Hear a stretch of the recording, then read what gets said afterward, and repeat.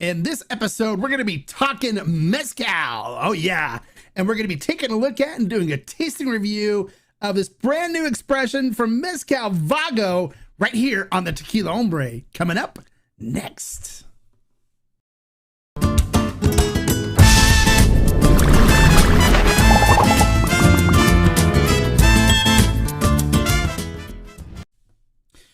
Welcome to this episode of the Tequila Hombre, where today we're talking live and we're talking about Mezcal. Yeah, a lot of you have asked me questions before, like if you wanted to get some more information about Mezcals. And so we're going to do it today. We're going to give you some information and kind of let you in on this rabbit hole worthy spirit that you'll find out more about, where if you're not careful, you can get deep down into the world of Mezcals. And really enjoy the different flavors they provide. So first things first, I kind of want to go over a little bit about the differences between Mezcal and tequila, because people think they have this perception about Mezcal, and it's wrong. It's wrong. It's wrong. That's not the way, it is. It's not, it's not the really smoky, weird tasting stuff. It's different. Yes. But let's kind of go over a little bit about what Mezcal is and how it differs and how it's similar to tequila. All right, so I'm going to bring up the screen first, and I want to show you guys something real quick. And this is a map, okay? One of the differences between, let me bring it up full screen here.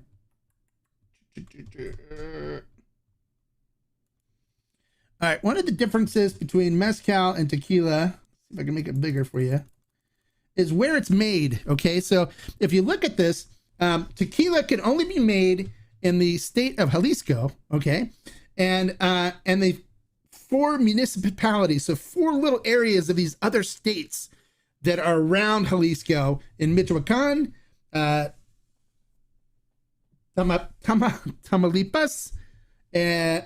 Guanajuato, and also Nayarit. So in the other states outside of Jalisco, there's just small little municipal areas where they can grow and make tequila. Now for Mezcal, it can be made in 9 states now. It's missing a state on this list because there was one that was recently added. So you can see Mezcal can be made in Oaxaca, Durango, Zacatecas, San Luis Potosi, Guanajuato. So there's actually an area, one state that can make both of them that we've seen so far, right? Guerrero, Tamaulipas, so 2 states, and Michoacan, so 3 states. So Michoacan can actually, some areas of Michoacan can make tequila, and the whole state can make Mezcal as well. The same with Tamaulipas. So those are, and then the one that's been added that's not on this list is Puebla, Mexico. They can make Mezcal there as well. So those are the different states where they can be made. So some of the differences right now, okay, first of all, I want to kind of explain this to you. Tequila is a mezcal, okay, but not all mezcal is tequila. All right, so let's think on that for a second. So how is tequila a mezcal? Well, when tequila first started, it was actually called mezcal, okay? And if you've ever visited the Holy Land, Tequila or the Los Altos area of Jalisco, you'll actually hear some of the people there refer to the agave plants as mezcales, as mezcal. So they do that because mezcal basically means cooked or smoked agave. It's basically what it means. It just means cooked agave.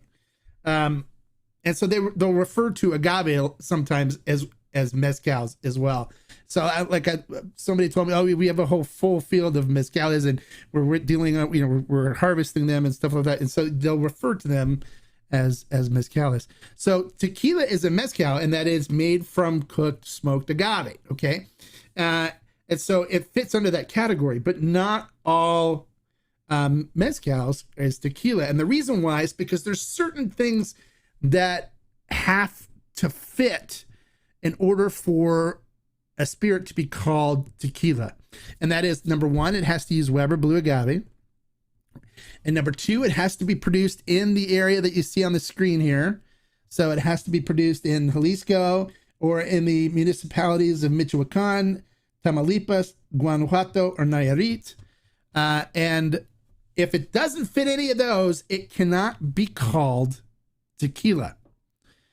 All right, so that's the difference. Okay, it's still a mezcal though, in that it's made from cooked smoked agave. So when people say I don't like mezcal, if you're a tequila drinker, it's not true, because you're actually drinking a mezcal. It's just not called a mezcal, on the label and stuff, because in order to do that, it's got to fit along the lines of what the DO is for mezcal to be called mezcal. So there's different DOs, and you'll hear DOs for things. It's a designation of origin. It's basically certain rules that they have to follow in order to be called mezcals or tequilas. Like tequila, it's got to be in one of those 5 state municipalities within those 5 states, or the entire state of Jalisco. It has to be made with Weber Blue Agave, and it has to be at least, for tequila, at least 51% Weber Blue Agave to be called tequila. It could be made with mixto with sugar as well. With mezcal, it's completely different. They don't have rules like that. So some of the rules are different. Okay, so let's take a look a little bit at the production of mezcal too, and how that is different than tequila. So I'm gonna bring up some more pictures for you guys to look at and kind of explain some things for you here. So just bear with me. All right, so some people want to know about the cooking, of the agave for mezcals. So mezcal agave is typically cooked in an earthen pit. Okay, it looks something like this here. Here you go. So it typically looks something like this. And this way I can kind of scan through the pictures. So you see, it's a pit that's dug into the ground, and what they do is they'll take wood and they set it on fire in the bottom of this pit, right? And then they'll cover the wood up with rocks, and the rocks get really, really, really hot. And then once the rocks heat up and they turn red, then they'll cover the rocks, and then they put the agave. You can see the pina plants here at the top. They put the pinas on top of that, and then they cover it with dirt and with burlap types of mesh, and then cover it up so it gets really smoky and steamy inside.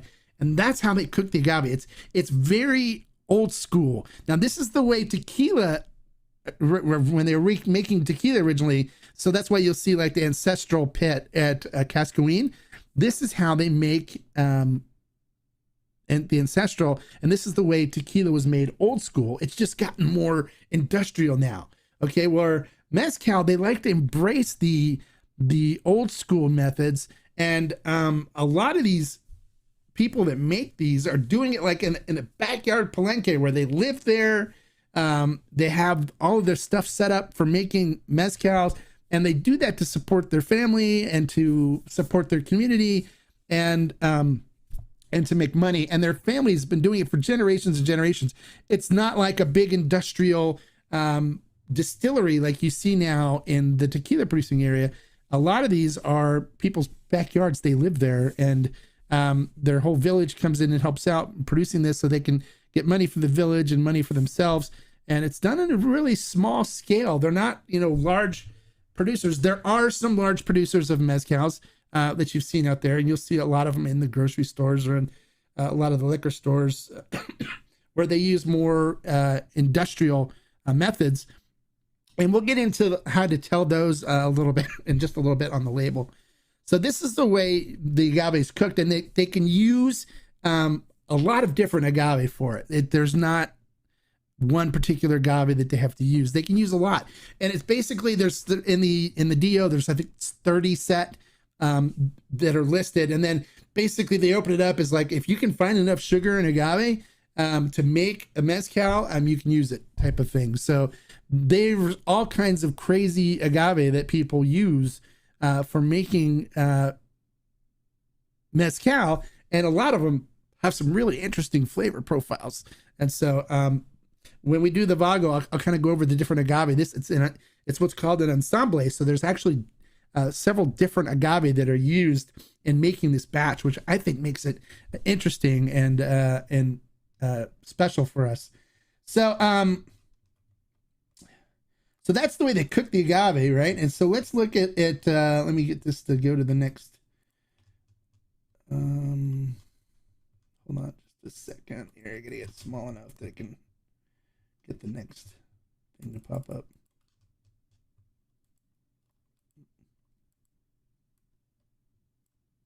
There we go.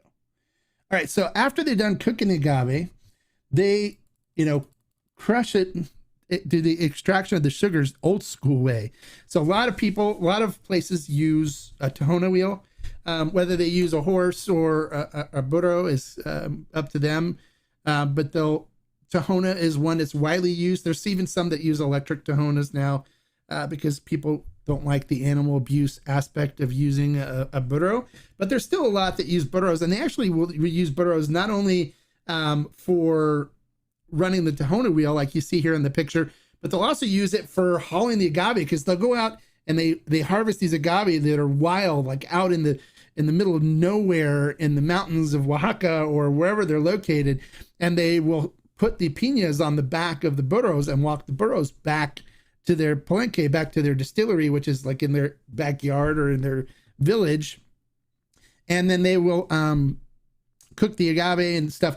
So they use the burros for not only hauling the agave, but they also can use them for crushing the agave, as you see here where they use the tahona. Now, see, this is typically, tahona's typically used in what's called an artisanal method. So there's two different types of mezcals that you can find. There's artisanal and ancestral, and actually there's three, and then there's just one where they just put mezcal on the bottle, and we'll kind of go over that here in a little bit, the differences between the two. But ancestral, of course, is one that's made more the ancestral way, where artisanal is more of the boutique style. See, so here they're using axes to crush up the agave for extracting the sugars, and this is done by hand. So this is more of an ancestral method that's used, and so this is actually Burrito Fiestero's Palenque, and so this is them at the ancestral area where they make their ancestral mezcal, crushing the agave by hand using axes. So that's kind of right along the lines of what we were just talking about. So after they've done that, they fermented typically in wooden vats. And then the stills are kind of an interesting thing that they do there, where they use, old school stills. Like these are clay pot stills. So this is done in a clay pot. And so that it adds kind of a really nice earthiness to the mezcal. Some people don't like the earthiness that a clay pot still adds. Some people really like it and think that it's better. But you'll see clay pots are typically used in an ancestral mezcal versus an artisanal. The artisanal, they use copper pot stills, similar to what you see, for tequila, but in a lot smaller. I'll show you. Let's see. I think I have a copper pot still picture here that we can take a look at. Okay, no, these are clay pot too. This is clay pot with a wooden, and this is for the ancestral line for Burrito Fiestero. This is from their Palenque. So you guys can see that this is, there's actually, in this wooden tower, there's a clay pot in the bottom that's used where they heat up the fermented mosto, and it then turns to vapor and travels along this tube here where it cools down and then comes out as a liquid. So these are called Spanish stills, Spanish wood clay stills, Filipino stills, Filipino wood, but Spanish style. Okay, so then we talked about the different agave. There's a bunch of different agave they can use. Some of the more popular ones that you'll see around are some of the ones that are the ones that are listed here. So it's Tobala, Tepestate, Espadín, Arroqueño, Tobasiche. So there's, and there's like a whole bunch more, and we can go over some other ones, but you can, and which ones are used is depend on where the producer is located, what's available to them, whether they're cultivating. Espadín is the largest, the one you'll see the most frequently, and that's because it's the one that's cultivated the most. It's grown. Espadín comes under the Angustifolia family, which is a cousin to the Weber Blue Agave. So it's the one that a lot of times people recommend people, get into when exploring mezcals when coming from tequila, because it's similar to them, but it is different. It's not the same. And those, they have farms, they farm Espadín. So what's happening now is a lot of these other agave are wild. They grow wild. And so they're very conscious about sustainability and not over farming them, so they're not available anymore. So a lot of times you'll see they'll do a batch of a certain particular type of agave, and then they put it off. They won't do another batch of that for a while to give the agave some time to grow. Some of these agave can take as long as 25 years to mature. So on those, the batches are a lot smaller. They'll harvest them, they'll use them, and then they will wait. And what they're doing now too is they're actually propagating as well and cultivating some of the wild ones, where they'll let some of them go to Quixote and they'll take the seeds and plant. But then, some of these take 25 years to hit maturity. So it takes a while for them to get to the point where they're going to use them for mezcals. So there's approximately 30 different kinds that are listed in the DO, and it could be a lot more than that. So when you are looking for different agaves to use, you can see what brands are out there, and then what different expressions the brands have based on what agave that their producers are using, that they're finding in their area that they're located. So there's a lot to offer on the side of mezcals and what you can find and what you can explore. And I've gone crazy. I have a full cabinet now here of mezcals with all different types of agave that I've tasted and experimented with, and it is a rabbit hole. And then one thing you have to realize too is that it's not like tequila, where they're doing, tequila, they're doing, 5, let me switch the screen back to the regular. They're doing 5,000 liter batches here, for agave and stuff, of tequila. But for mezcal, they're like 200 liters, and that's it. So the price of mezcals is going to be a little bit more on the expensive side, unless it's something that's abundantly available and they're cranking out larger size batches of it. So you can find some Vago for $45 and stuff, because they're using Espadín and corn in it, and they're producing a lot of batches and they're getting it, a lot out. So it brings the cost down, where something like this batch that we just did here, this was 250 liters size batch, and that's it. And that's all that was made. And so they had to, incur the cost of importing it into the US and shipping it and all that stuff, and the price of the bottle. So it makes them a little more expensive. But the experience that you get from tasting these type of mezcals is a lot different than tequila. It's going to be a lot different. And we'll go over that too when we hit the tasting portion of this episode. So let's see, our next screen. I know I've got some more stuff I want to show you guys. Here we go.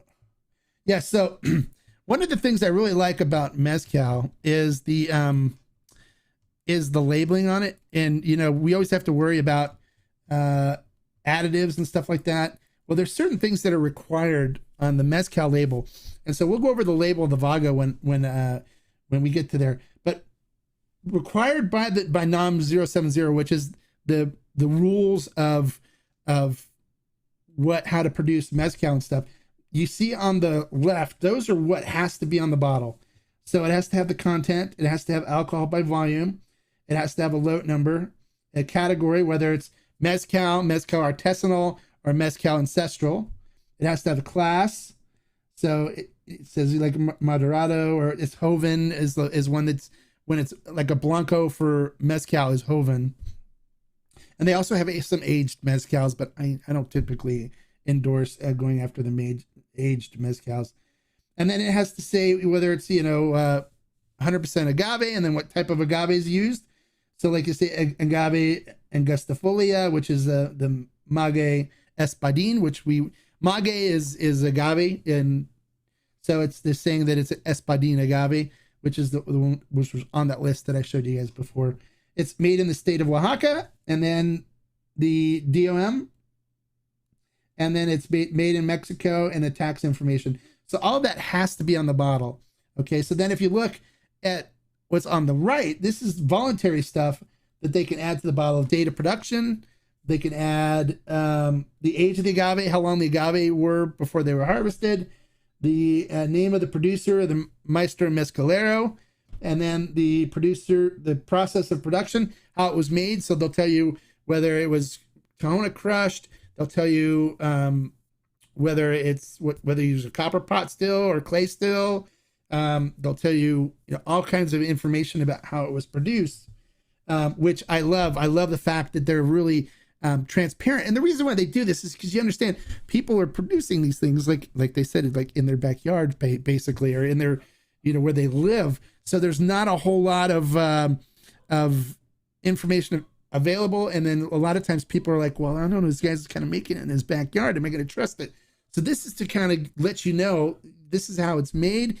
This is so you can feel confident when you taste it and consume it, that it's going to be somewhat of a good quality, and we're not, doing stuff to it.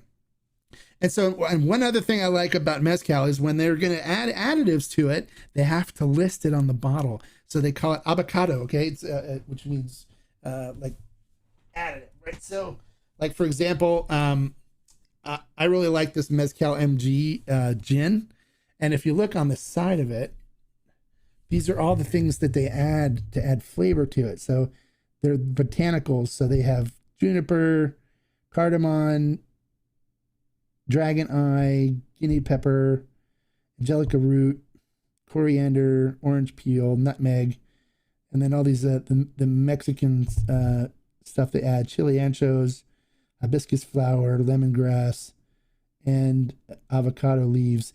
So this is a really interesting flavor profile in this, where it comes across as a gin at first and then turns into a mezcal as you taste it, which I really enjoy. There's other examples where it'll say whether they added like oranges or fruit or something like that to it to create an interesting flavor profile in the still. All that is added on the label, so you'll know whether they've added stuff to the mezcal or not. It's very transparent. You don't have to worry about additives in mezcals because it's not allowed. It's not allowed. They can't add it. At least, they're not supposed to. Whether some will be deceitful and do it or not, you would see that more on the industrial mezcals versus the small producers who really take a pride in their mezcal. And these guys, the producers, are typically very prideful, and they really are passionate about the mezcals that they produce, and they'll want to share it with you, and they want to hear what you think about it, and they really embrace people that embrace them and love what they're doing. So, and a lot of times they open up their palenques. If you want to come and see what it's like at a mezcal palenque, you can go and see, and they'll show you, and you can actually get your hands dirty and help them make a batch if you want to. They'll open it up and you'll become part of their family for however long you're there. I just don't recommend doing it right now with COVID and stuff, because these mezcaleros are typically older and more susceptible to getting sick. So there's been stories of people that have gone to Oaxaca to see mezcaleros and visit palenques, and mezcaleros have gotten sick and died. And we don't want that happening with some of the mezcaleros that are out there making some really good mezcals for you. All right, so now that we kind of dove a little bit into mezcals, there's so much more. And if you're interested in diving more and learning more about all the different agave that are used, now somebody wanted me to give them like the agave and what flavor profile that they have. That you can't do because the flavor profile changes depending on where the agave are growing. Just like with tequila, if it's Los Altos, it's different than if it's in the Valle. it's the same with these two. You know, depending on what state they're in, whether it's grown at high altitude, low altitude, the flavor profile changes. And also depending on the processes they use. So what I recommend doing is just, you know, if you find one that you know, I can recommend some ones to try that have some really nice flavor profiles. You kind of tell me what you're looking for. If you want more fruity or more earthy, you know, let me know. And then I can guide you towards some brands to try. And then start when you find different, you'll try different agave varietals. And if you find one that you really like and you're like, okay, I really like this one from this one, then you can start exploring the same varietals from other producers and see what they do differently with them, or see how the agave tastes differently from where the agave are grown.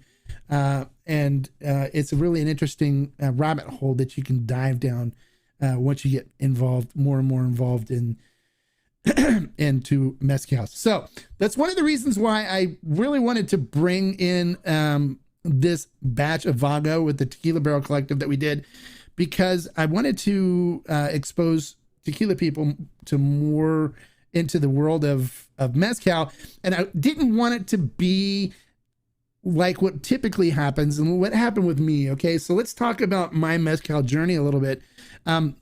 When I first started, I went to Bevmo and I was like, you know, I want to try them. People are talking about mezcals and stuff. I want to try a mezcal. So I'm going to pick up a bottle and try it and see if it's for me, right? So I picked up a bottle of, it's called like a Sicaru, okay? It's Xicaru is how it's spelled. I saw it at Bevmo. It was like $25 or something like that. And I bought a high proof and I bought the regular, and I was like, okay, it's cheap. It was like $22 for the regular and $28 or something for the high proof. So I was like, what the heck, right? Why not? And I took my first sip of it and I was like, oh, this really smoky. It literally reminded me of like, my cousin works at a tire place, or used to work at a tire place. And it was always around truck tires when I went to visit him, because he worked on truck tires. And so it reminded me of truck tires and like burnt truck tires. And so when I tasted it, I was like, oh, this is gross. I am not a mezcal person. This tastes like burnt truck tires. It was not good. That's it. Mezcal isn't for me. And then I had a friend go, you know, whoa, dude, you tried one mezcal. How can you say it's not for you? I go, well, if they have this smoky flavor and stuff like this, blah, blah, blah. And he's like, oh, no, that not all of them are like that. You bought, you know, a cheap one from Bevmo, and it's not a good quality, you know, mezcal. It's not one that we recommend. You know, yeah, if you want to put something in it to make a smoky margarita, or you want the really smoke to really pop out and stuff, that use something like that. But that's not like a really good sipping mezcal. You want to explore and try some other things.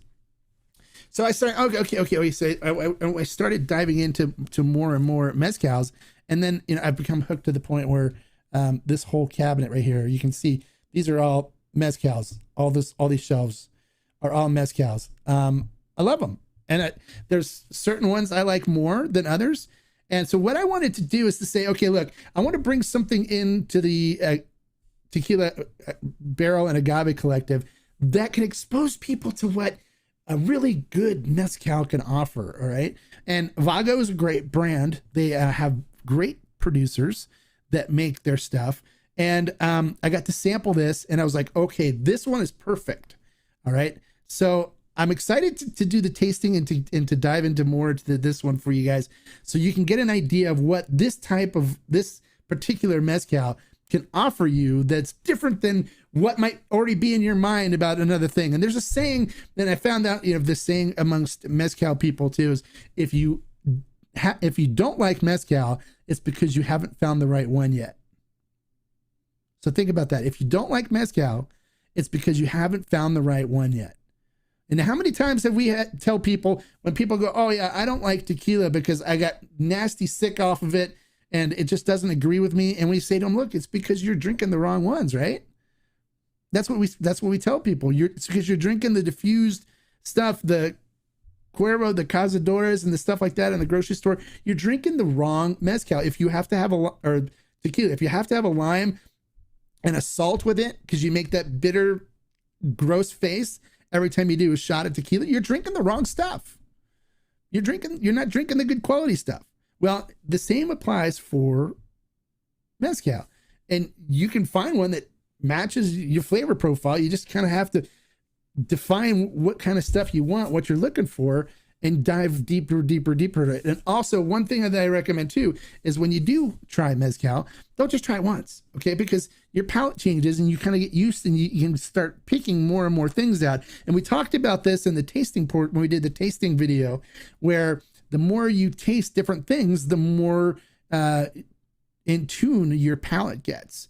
So you'll find out, you know, at the beginning, you may be more inclined to pick up the smoky notes because, you know, it's not something that's part of your everyday diet where you're used to it. But when you start drinking more and more mezcal, a lot of times the faint smoke is, you don't even taste it. It's gone. It's like, you're okay, I don't even taste smokiness anymore because you're used to it. Your palate knows it's there, and you kind of just set it aside. And instead you look at what everything else is that's being delivered to you in your mezcal experience. So you're picking up a lot more other different things. And so what I try to do when I look for these mezcals to introduce to you guys is I try to look for ones that aren't heavy on the smoke, because I know a lot of people don't want heavy smoke. And if you're a Scotch drinker and you want heavy smoke, I've got some good heavy smoke ones I can refer to you to, and you can dive deeper into those as well, because there's some out there. Okay. But there's also ones that don't have a lot of heavy smoke. And I typically try to look for ones that are more on the fruity side of things, because that's what we're typically used to on the tequila side of things, is more fruity, vegetal. We don't have a whole lot of earthiness that you can get from some of the mezcals in the tequila side of things with the Weber Blue Agave. But there are some different ones you can get. So it's like, I tasted a mezcal that tasted like walking into a bridal store, like not a bridal wedding, but bridal like in the horses. So it tasted like fresh leather, and it was really interesting because if you've ever walked in, we're in horse country out here in California. So I've walked into like a country western place where they had saddles and fresh leather and stuff, and it smelled and tasted like fresh leather, and it was a really interesting flavor profile to it, and I really enjoyed it. I really enjoyed the experience that it gave me. So there's a lot of different things that can give you these different experiences. So let's talk a little bit about this Vago batch, in that it is very open on the label as to what you're getting, right? We talked about this on the label part. So if you look, it's Mezcal Vago. It's made in Mexico, right? So that has to be on the label. And then it's 100% Amage, which is 100% agave. It's an ensemble, which means there's multiple agave in it, okay? So the master distiller is Emigdio Jarquin. He's one of their main mezcaleros for the Vago brand. He has some other ones that he makes. He's really, really well known for making some really, really, really good mezcals. So when this opportunity came to get this batch, I jumped on it because I knew what Emigdio Jarquin is capable of doing. So the maguey that they use, the agave, they use 64% quiche, which is 64% of the batch is an agave called quiche. And then 32% is espadín, which is the angustifolia. We saw that on that slide before. And then 4% is tepestate, which is another one that we saw on that screen before, which is fairly common. You'll see tepestate around a lot. You'll see quiche around a lot. And you'll see espadín around a whole lot. So the village that it's made in is El Nanche Mihuatlan, which is in Oaxaca. So, but this will tell you what village it's made in. So you can actually look up the village and see where it is. The grind on it is done with stone. So it's basically a Tahona. The type of still used is a copper still. The distillation date, this was done in July of 2020. And then the batch size is 254 liters. So that's it. There's only 254 liters of this. And once it's all gone, it's gone. It won't be available again. It's an exclusive batch for the Tequila Barrel and Agave Collective. We got it. And it says, you know, the class. It's a class. Let me line it up right here. Class is Joven, which is a Blanco, which means it's unaged. And it is a Mezcal category, Mezcal artisanal. So it's artisanal because they use a copper pot still. They use stone, and they it doesn't say whether they use fiber or not in the still, but typically they'll use fiber in the still for ancestral, but not for artisanal. And so it is a mezcal artisanal. So you always want to look. I typically, when I buy something, I want to look for mezcal artisanal or ancestral on the bottle. Otherwise, I won't buy it because it's typically an industrial. And they actually do have some mezcals that are made by diffusers. So this is 51% alcohol by volume. So that's one thing too. You'll find out the better mezcals are not 40%. Okay, you want to stay away from the mezcals that say 40% ABV on them, and go more towards the higher proof ones, because you get a better experience from the higher proof ones than you will from the 40%. So the 40%, they're cheaper because they're more diluted and there's more available. But this one, you're going to get really, the agave is really going to shine through at 51% alcohol by volume. And then it says protected by the DO, which is denomination of origin. And then it's 750 milliliters. And then on the back, it says, which I love too, each unique blend of maguey Migdio will have a different flavor profile and will be clearly labeled. This batch was bottled exclusively for the Tequila Barrel and Agave Collective. At Vago, we believe in walking away from the beaten path, losing ourselves in the hills, and searching out the extraordinary. We seek out small batch mezcaleros who for generations have been perfecting their craft deep in the southern mountains of Oaxaca. Dust off a bottle and drink it in. So here you go. So it even says it was bottled exclusively for us here at the Tequila Barrel and Agave Collective. So here you go. That's it. This is the batch. So let's get into the tasting portion and show you guys what this type of mezcal has to offer, which I think is going to be, you guys are going to love it. I already tried it, so I know it's really good. But I'll get more descriptive on the flavor stuff here. Oh, should have opened it before. It's definitely packed tight, so you don't have to worry about any stuff getting out.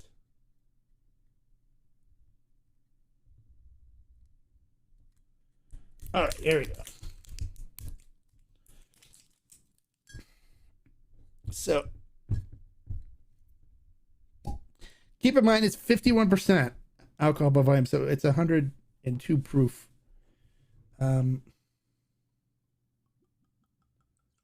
So it will make you feel happy very quickly. If you want to make sure you enjoy it, and you don't do shots of mezcals, you sip them and you celebrate with them. That's what they're meant for. So looking at this mezcal in the glass, it looks great. It's beautiful. There's pearls on the glass. It is crystal clear. Beautiful Joven mezcal. Looks great. So on the nose, oh, I love this. It has this really nice minerality to it coming through. And then an abundance of tropical fruit on the nose, which I love about this. So I'm getting like papaya. I'm getting pineapple.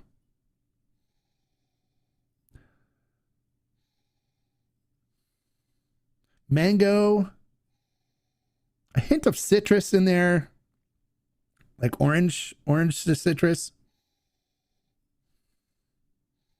It's very floral. It's got a nice floralness to it. It's very bright, which I enjoy as well. It's got a really nice nose to it. And then, of course, you can pick up the ethanol. You can pick up the alcohol coming through on it.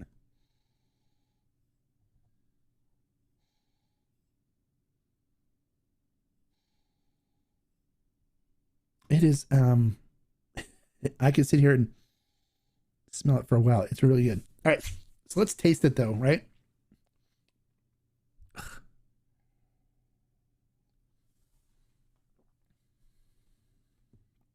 Mm.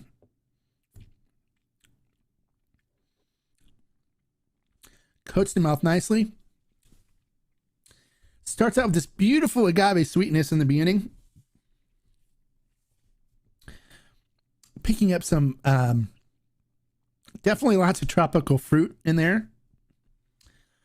A hint of bitterness coming through, like anise or anise, however you want to pronounce it. Bitterness coming through to kind of balance it out so it's not overly sweet. Definitely like some cinnamon in there, like cinnamon and sweetness, but it's got this really nice fruitiness, and there's a nice minerality to it. It's got lots of minerality to it, and a hint of salinity as well, like brininess, like from olives. But there's like zero smoke. I'm not getting any smoke in this. Normally I can pick up some smoke. There's like no smoke in this. Okay. But this is not going to be the same flavor you get from a tequila. It's more robust on the fruitiness than tequila is, where tequila, you know, if it's from the Altos or whatever, you're going to get a lot of that cinnamon cooked, cinnamon baking spices from the cooked agave. With this, there's a hint of the cinnamon still there, cinnamony sweetness, but then you're getting a lot more fruitiness in there. And it's more like if you have ever had a tropical fruit plate in Mexico, when you wake up in the morning there, if you're staying at a resort, a lot of times they'll deliver a plate to you with papaya and with pineapple and guava and stuff like that on there. And it reminds me of that.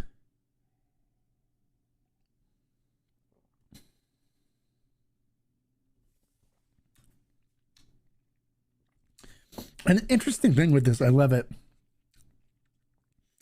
It kind of brings me back to my childhood a little bit. When all these fruity flavors come together with the little hint of bitterness and stuff, it creates a flavor that for me is reminiscent of Bazooka bubblegum, which I love it. I think it's great. And if you don't know what Bazooka bubblegum is, if you've ever collected baseball cards or any kind of trading cards, they always give you a flat piece of gum that was always like, when you bit into it, it like cracked in your mouth and fell into a bunch of pieces, and you had to kind of just keep working it and stuff to get it soft to the point where you could actually chew it like gum. But it had that really old school bubblegum flavor to it. You can still buy Bazooka bubblegum too. I actually bought some at a store once. It comes in little squares now, and they actually sell like in big buckets too, where it has a comic attached to it as well. It has that old school bubblegum flavor that comes from it when all these little fruitiness and stuff come together, which I really love. It's a really easy sipper. It is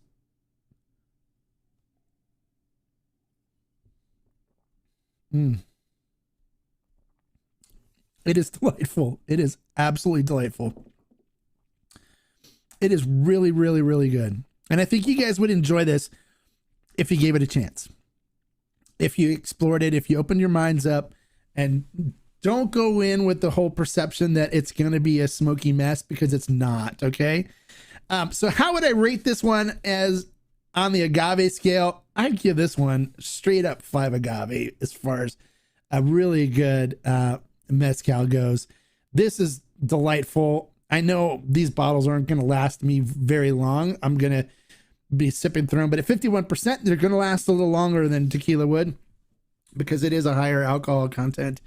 It is a special, and I'll put a link to it in the description for if you guys want to buy it. And I'll tell you what I'll even do too.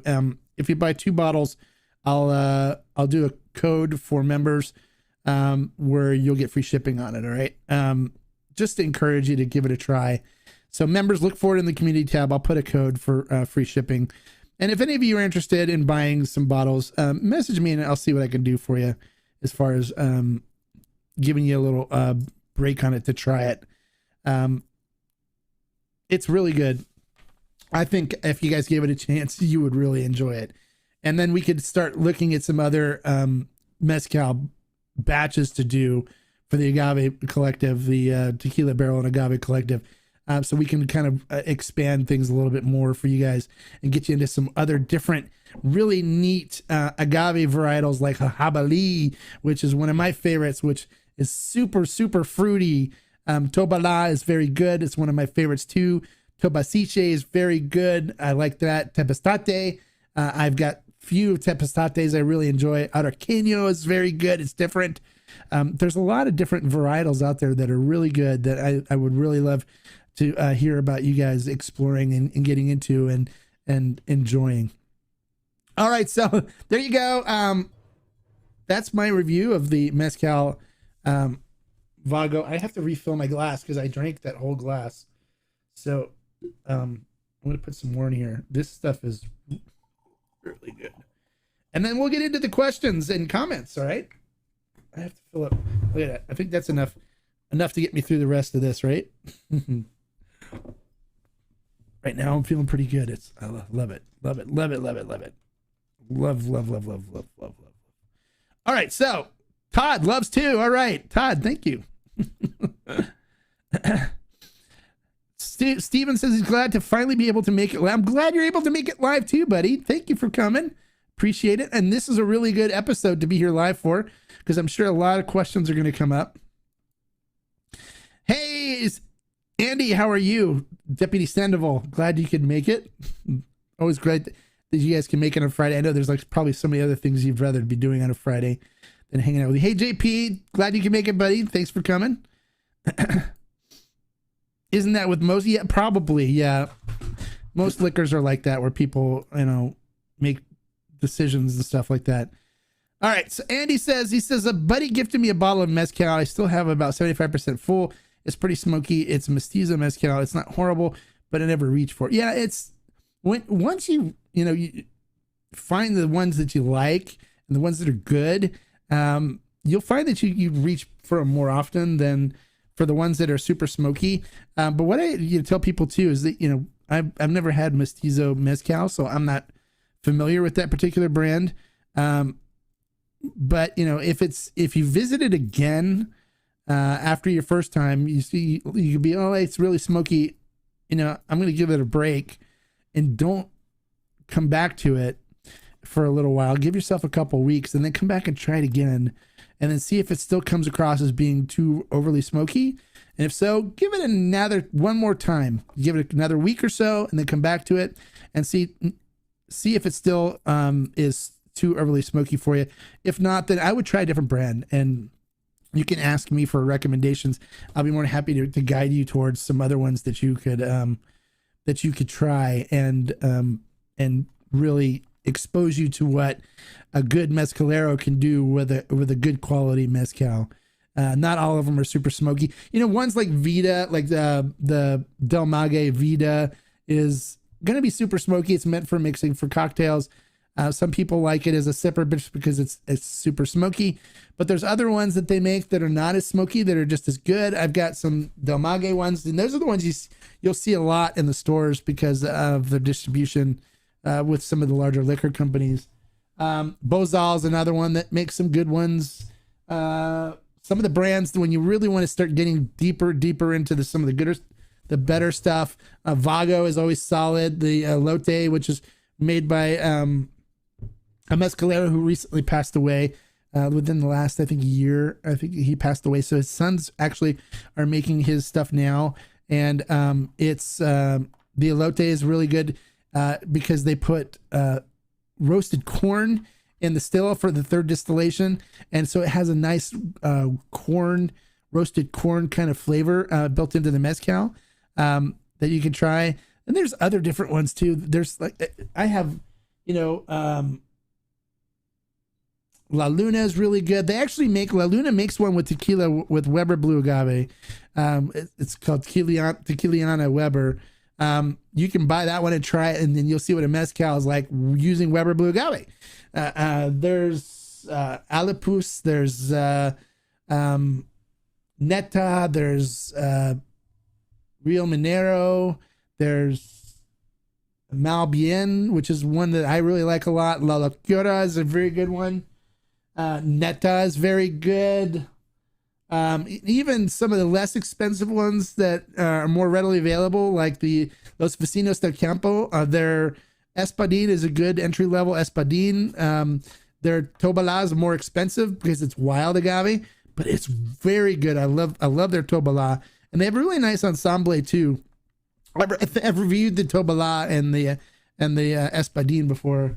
Dorambas is good. Dorambas is cooked in above ground steam ovens, just like similar to tequila.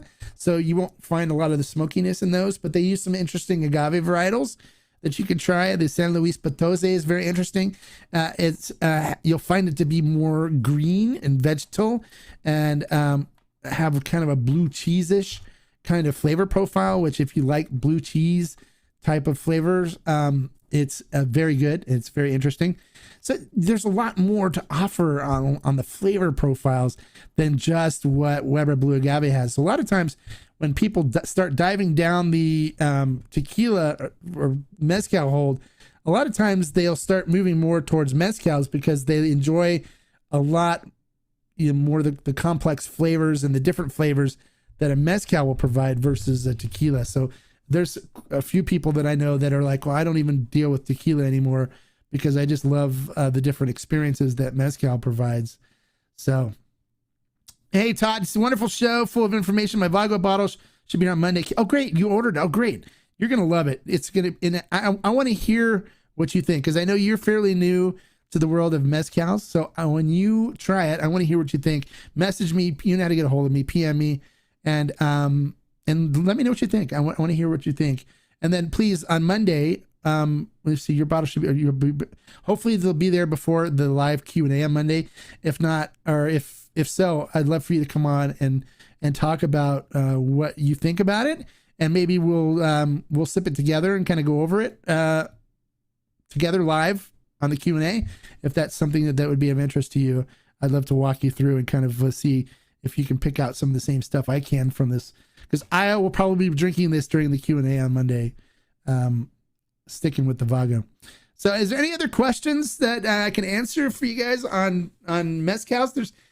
There's a whole lot of information and a lot of different things that you can know. And I know I didn't cover a whole lot of this stuff, but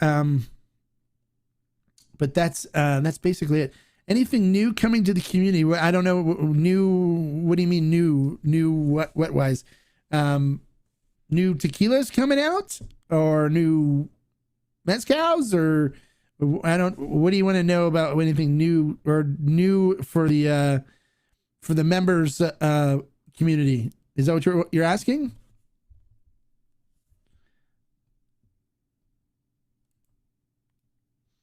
Oh, you just can't wait for yours. Okay, great. You have to go back and watch it because lots of information. Oh, to the members, yeah. I'm going to be adding some stuff. You guys, I haven't been adding a whole lot because I've been trying to get a lot of stuff done. But you'll be seeing more content on the member side of things for you guys. So yeah, just keep an eye out for it. I don't talk about the members only stuff here live.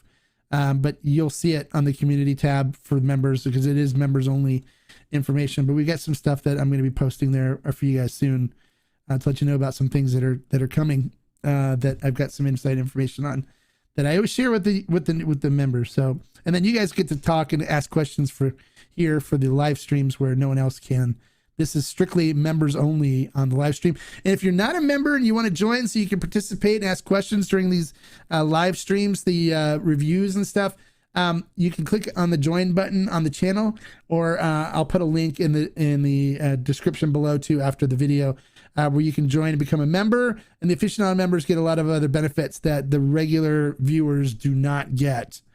So you guys will be able to get more content and stuff like that. So I'm really excited about jumping down the mezcal rabbit hole. Oh, good. I'm glad you're excited about it. And if I can help you in any way, I'm always open. I'm here to help. Right. So just let me know. Yeah, I understand, especially into your line of work. Bonnie is a nurse, And so it's very important work, and I understand. All right, JP says, is there a super heavy mezcal that is known for being smoky like Octomore? I don't know what Octomore is, so I don't know. But there is several mezcals that are known for being being smoky. One of them that I recommend if you really like the smoke side of things is Yule Ball. It's Yuulbaal, and you can find their Espadin at Costco. It's very heavy on the smoke, so if you like a lot of super smoky stuff, check out some stuff from them, and it'll be more along the lines of being smoky. Also, like that Xicaro one that I told you about, Xicaru, is smoky, and then also the Del Maguey Vida is a lot very heavy on the smoke, and then that one will fit right up in your alley if you like stuff to be more on the super smoky side. Those are ones that I recommend right now. So try those and let me know. You love the smoke. Some people do, and that's perfectly fine. Some people that are Scotch drinkers, that are like Lafroig drinkers, really love the smokier stuff. So try the. Have you tried the Del Maguey Vida yet? You can find that in a lot of liquor stores, because Del Maguey's one that's distributed very heavily to a bunch of stores all over. You can find it everywhere. Even the grocery stores will have the Vida. So try the Vida, the Del Maguey Vida. Super heavy on the smoke. You'll love it. It'll be right up your alley. But the U-Ball is one that I find to be very smoky as well. The Espadin is super smoky. So try that and let me know what you think too. Hopefully that's right up your alley and what you're looking for. All right, so there you guys. Yeah, that's me. Haven't tried it. Gonna hit up some spots. Okay, good. Yeah, you should be able to find it very easily. It's not that hard to find. You're welcome. You're welcome, JP. All right, you guys. So there you go. That's today's episode. I'm gonna finish the rest of my Vago exclusive batch from the Tequila Barrel and Agave Collective, and enjoy the rest of my evening. Hopefully you guys do the same. Thanks for coming out. I really appreciate you guys taking the time to come and watch the videos and participate and ask questions. And for those of you that are members, thanks for your support, for supporting the channel, because without you, a lot of this stuff that I'm putting together for you guys wouldn't be able to happen, because I wouldn't be able to do it. So thank you for your support. Thank you for coming out and being part of these live streams where we're doing reviews and stuff, as well as the Q&As. And thank you for being part of the community. I appreciate you guys. And if I don't say that enough, I apologize. I always appreciate all of you guys. So thank you. Thank you very much, Andy. You have a great weekend too. Go Niners. My Cowboys kind of blew it last night, but I think they were kind of ripped off with the non-called interference call. Salute you guys. Salute. All right, so we have to finish this the way I normally do. Like I always say, life is too short to drink bad mezcals, right? So until next time, find some good stuff like this Vago exclusive batch. And until next time, have a great weekend, you guys. Thanks, Bonnie. Thank you for saying that. Salute. Bye. Have a great weekend.